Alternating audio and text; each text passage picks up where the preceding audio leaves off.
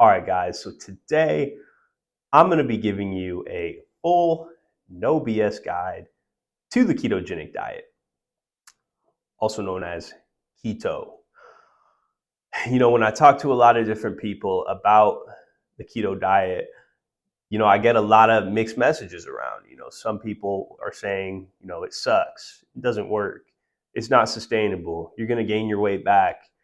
And there's another camp that are saying it's the best thing on earth, right? Like you don't really know who to listen to. It's like, you go on CNN and then you see people talking. They're like, oh, did you see what they did? Did you see what the Republicans did? Oh my gosh, such a big thing. Then you flip on, you go to Fox, and they say, oh my God, did you see what Joe Biden did? Oh my God, did you see what he did? Impeach, right? Here in this video, I'm trying to give you a objective view on the keto diet. No agenda here. I'm not trying to sell you anything. Simply just trying to give you insight on something that you might not understand, a guide, something you might not have gotten before. Like I said, there's not anything out there that really gives a fully objective view on this diet. So that's what I'm bringing for you today. So let's get right into it, right? So what is keto in itself? So keto, short for ketogenic diet, is a dietary transition in which body switches its primary source of energy from glucose, carbs, to ketones, fat. This process is called ketosis. And ketones, when your body produces ketones, are made in the liver for energy from fat. It burns fat as well, so that's also a plus. So the $1,000,000 question, right, is why keto? Well, most people's primary source of energy in the body comes from glucose. You may ask Adam, like, what's wrong with running on glucose? What's wrong with that? Well, nothing's really wrong with that. But a CDC study found that just over 60% of Americans do not hit the recommended daily amount of exercise per week, which is, so the American Heart Association clarifies your recommended daily exercise input per week to be healthy. You need 150 minutes at least per week of aerobic activity, which is about 22 minutes per day of like walking, bicycling, swimming, whatever you like to do, right? Or 75 minutes per week of intense aerobic activity, or combo of both. Combo of both, preferably spread throughout the week. So that is one of the factors. 150 minutes per week of light aerobic activity, or 75 minutes per week of heavy aerobic activity, preferably spread throughout the week, right? All right, so the second qualification you need to get a healthy weekly input of exercise to be considered a healthy individual is moderate to high intensity strength training at least twice per week. This is just, you're in the gym lifting the weights, or you're at home with some dumbbells doing home exercises. By the way, I have tons of home exercises and routines you can do. Just maybe go on to fullbodyflight.com, fill out that consultation form. And by the way, I'm not trying to get you on my coaching program. I'm just simply trying to help you out. So, if you need those home workouts, maybe go on to fullbodyflight.com, fill out that consultation form, or just send me a DM on Instagram. But you need to be getting at least 2 days of moderate to high intensity strength training per week. Maybe one day moderate, one day high intensity. You really need to incorporate strength training, as it is a very good way to lose weight. So that's one thing. So the third qualification to be a healthy individual, according to the American Heart Association, is that you need to spend less time sitting. You may have heard the saying, sitting is the new smoking. Sitting is the new smoking, right? So say you work a desk job. Maybe spend half that day standing up. Maybe do some 20 push-ups, every 2 hours. or so. I'm being serious with you. I've worked a desk job before, and one thing I did every 2 hours, I did 20 push-ups every 2 hours of the day. And, it kept the blood flowing. It kept me from really feeling like, I was just like crap, right? You know how you feel like crap, you're just in a desk job, you're just chilling. You want to go to sleep. You want to like bend back, and then that's going to screw up your lower back. You just got to figure out a way that works for you, right? So less time sitting. That's the third qualification. So the last qualification to be a healthy individual and to get that recommended amount of movement per week is to increase the intensity of your exercise gradually over time, right? So in a study, 60% of Americans did not hit this criteria of exercise per week. And so when you don't hit that recommended daily amount of exercise, glucose that you're eating from your meals is that the meals that you're eating that are transferring into glucose is transferring into stubborn fat. And even worse, leading into diabetes or, other threatening diseases like hypertension, heart disease, etc. So when you look at these stats, right, the recommended daily amount of exercise, and you realize that most Americans aren't getting that on a weekly basis, see why the ketogenic diet may help out, right, to prevent from insulin resistance, diabetes. So over time, when your body takes in all this glucose, your body has to constantly secrete insulin. And then over time, so much insulin, your body becomes tolerant to that. That insulin isn't properly equipped to get rid of all that glucose, which leads to what? Your cells being attacked, which leads to diabetes, right? So how do we use glucose, carbs as energy? How we use carbs as energy? When you have an increase in blood sugar in the body, which means the food you eat turns into glucose, or whatever you're eating, meals, it secretes insulin every time you eat. And then there's glucose in the body, right? Your pancreas secretes a hormone called insulin. And insulin binds to the cells in the body and allows glucose to enter the cell. And it goes through a process called glycolysis, right? Glycolysis further breaks down the glucose and provides energy for the body. But when your pancreas constantly secretes insulin to get blood sugar into the cells, over time, the cells stop responding to all that insulin. So when the cells stop responding to that insulin, we get high blood sugar levels. Well, when the high blood sugar levels happen, they start to attack your cells. Your cells are so, filled up with glucose that they become damaged. And that is why, people who aren't necessarily overweight can get type 1 diabetes, right? So type 1 diabetes is that autoimmune disease, which means when the glucose attacks the cells, elevated blood sugar leads to type 1 diabetes. Now, type 2 diabetes, which is, a disease caused by overweight, obesity, right? And that's usually around the tummy area. Most people who, have that visceral fat have insulin resistance or type 2 diabetes. So when you're overweight, all that fat, in the visceral area leads to type 2 diabetes, which is why people get type 2 diabetes or they get insulin resistance. And by the way, 40% of Americans are insulin resistant. So if you're watching this video, you might be insulin resistant and you may not know it. So when you look at the problems we are facing in society, most people aren't getting that necessary, input of exercise, right?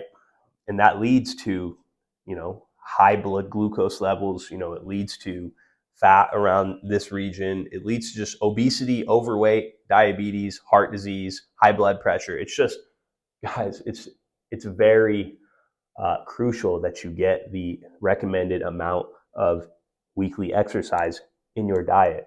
Just by getting that necessary, weekly amount of exercise puts you at a much lower risk of so many of these diseases like diabetes, heart disease, high blood pressure.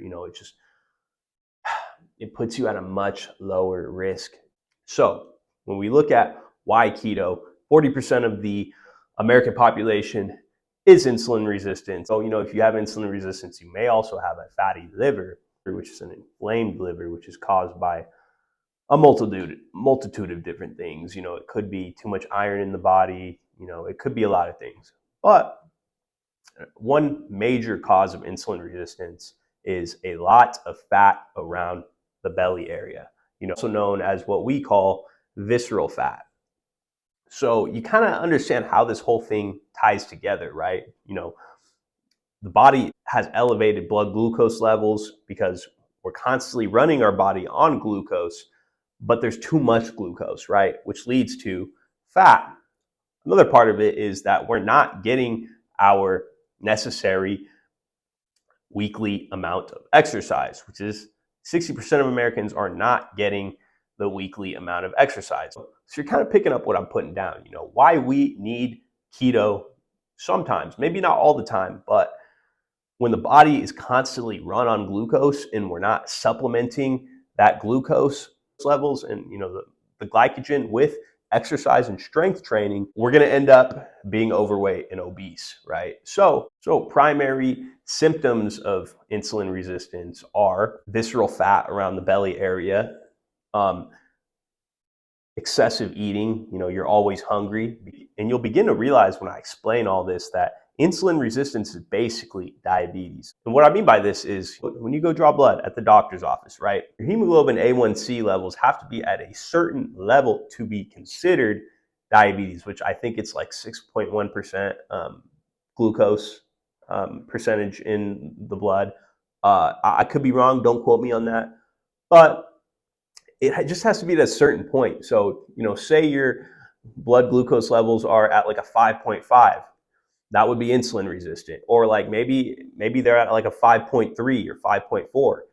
That's still, something that you might want to be thinking about, like even if the doctor doesn't technically prescribe you as diabetic, you may still want to be conscious of, what you're putting into your body because it may lead to being diabetic. So things you might want to be thinking about, just because technically they say that, your glucose levels are not at this percentage and they're maybe right here that you don't have diabetes, doesn't mean it means, oh, you don't have diabetes, you're completely healthy. I hope you're picking up what I'm putting down here. Just be conscious of, where your body's at, how your body's feeling, and you should be fine. So back to keto.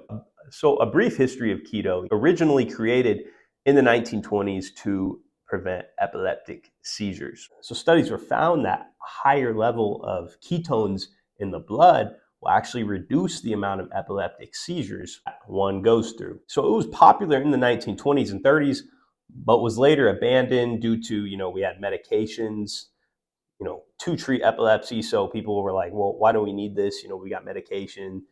There's no need for the keto diet. So that's what keto has originated as. It was just to treat epilepsy. But recently, I would say probably in the last 10 years, keto has really emerged as a diet people use to lose weight. So there's a lot of benefits of the ketogenic diet that you might not have heard before, but I got you.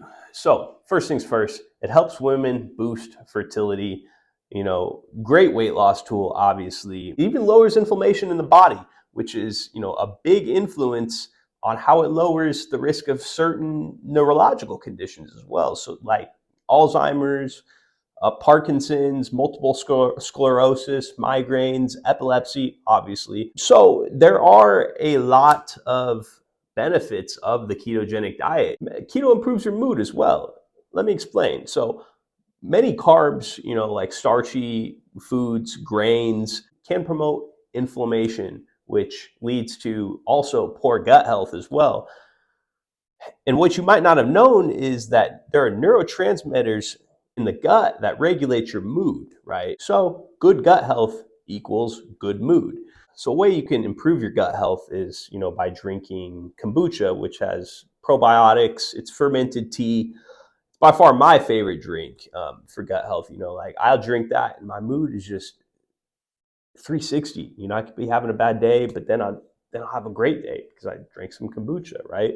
Just make sure that you get the brands with little to no added sugars in them. So probiotics that are in kombucha directly stimulate great gut health. You get probiotics in kefir, which is like the yogurt milky drink, whatever.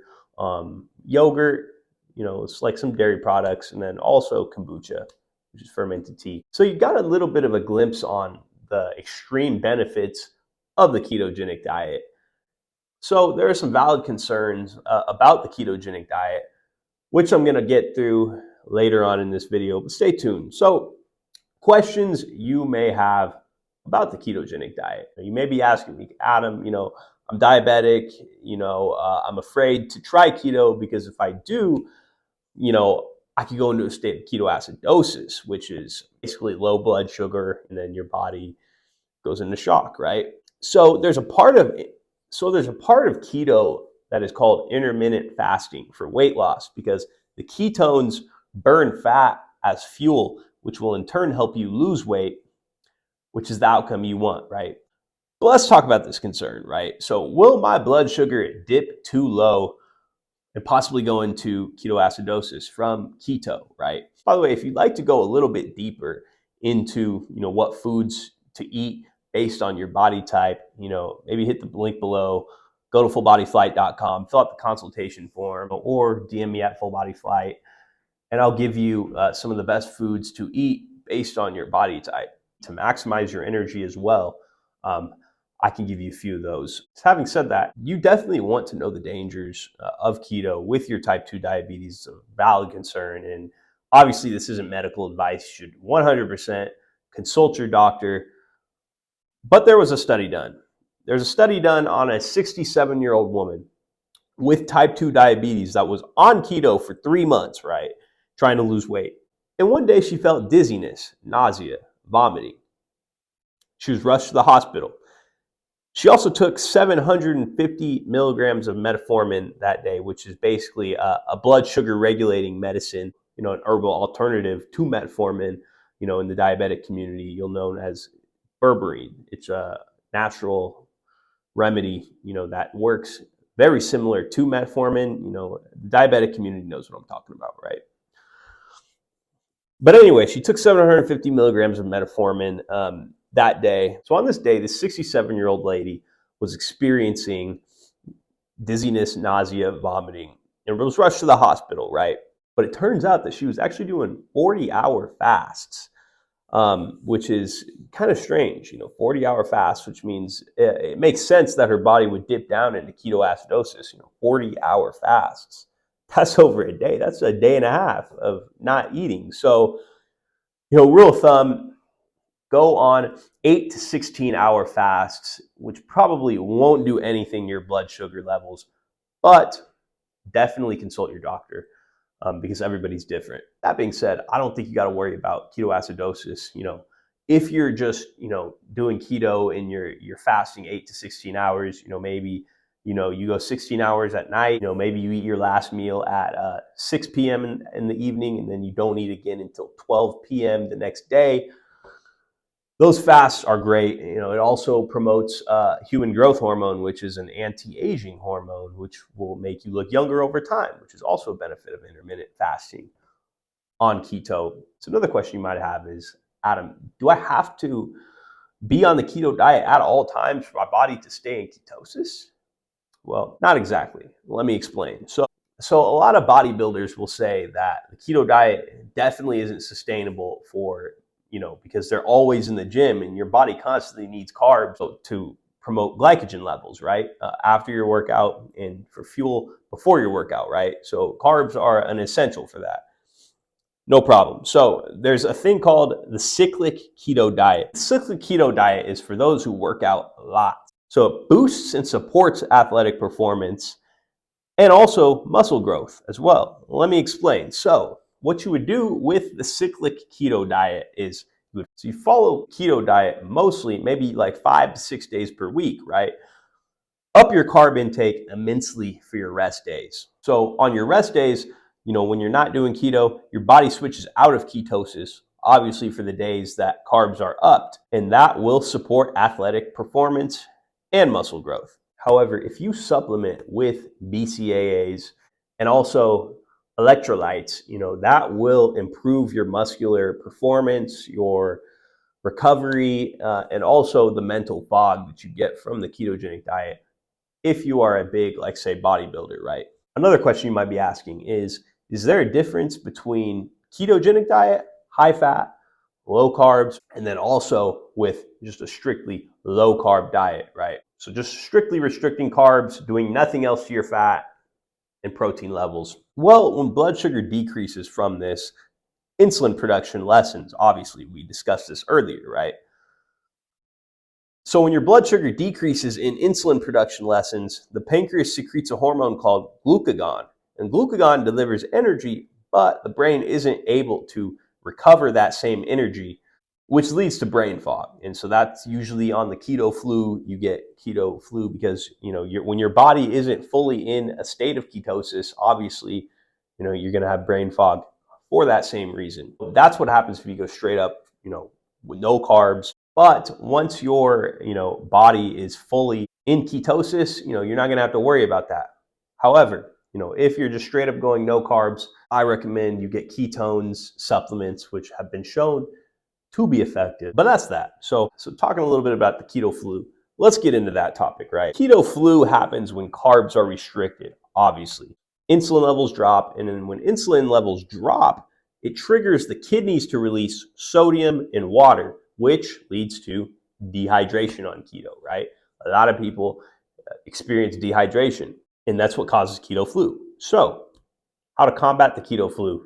Get sleep, and also key, supplement with electrolytes. So electrolytes like sodium, calcium, potassium, chloride, phosphate, and magnesium.